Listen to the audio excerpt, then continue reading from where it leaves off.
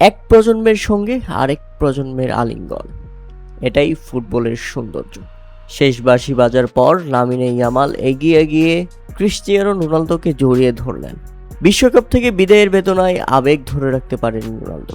তার চোখে অশ্রু, মুখে ছিল হাজারো আক্ষেপের ছাপ। একসময় যাকে দেখে নতুন প্রজন্ম ফুটবল খেলতে শিখেছে, আজ সেই কিংবদন্তির প্রতি সম্মান জানাতে এগিয়ে এলেন বর্তমান প্রজন্মের অন্যতম উজ্জ্বল তারকা লামিনে ইয়ামাল। তাতেই স্পষ্ট হয়ে গেল, ফুটবল শুধু জয় পরাজয়ের গল্প নয়, এটি শ্রদ্ধা, ভালোবাসা, অনুপ্রেরণা আর প্রজন্মের পর প্রজন্ম ধরে চলা এক অমূল্য উত্তরাধিকারের গল্প।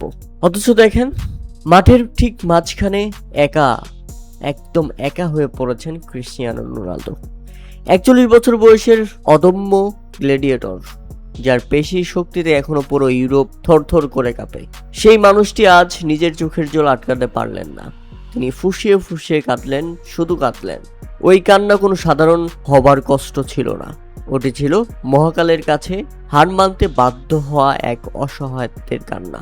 এই মানুষটি পর্তুগালের ফুটবলের সর্বশ্রেষ্ঠ সন্তান। পর্তুগাল নামের দেশটিকে ফুটবল মানচিত্রে আক্ষরিক অর্থে তিনি নিজের কাঁধে করে নিয়ে গেছেন। কিন্তু আজ তার জীবনের এই সবচেয়ে বড় ট্র্যাজেডির মুহূর্তে যখন তার বুকটা ফেটে যাচ্ছে, তখন তার সাথে আসলে কি ঘটল? প্রতিপক্ষের খেলোয়াড়রা তাকে এসে সান্ত্বনা দিচ্ছে, অথচ নিজের দেশের কেউ এলো না। একটা সতীর্থ শুটে এলো না তাকে জড়িয়ে ধরতে। কোথায় সেই ব্রুনো ফার্নান্দেজ, কোথায় শেষ বার্নার্দো সিলভা, বা কোথায় সেই রুবেন দিয়াজরা? তারা সবাই মাঠের এদিক ওদিক ছড়িয়ে ছিটিয়ে আছে।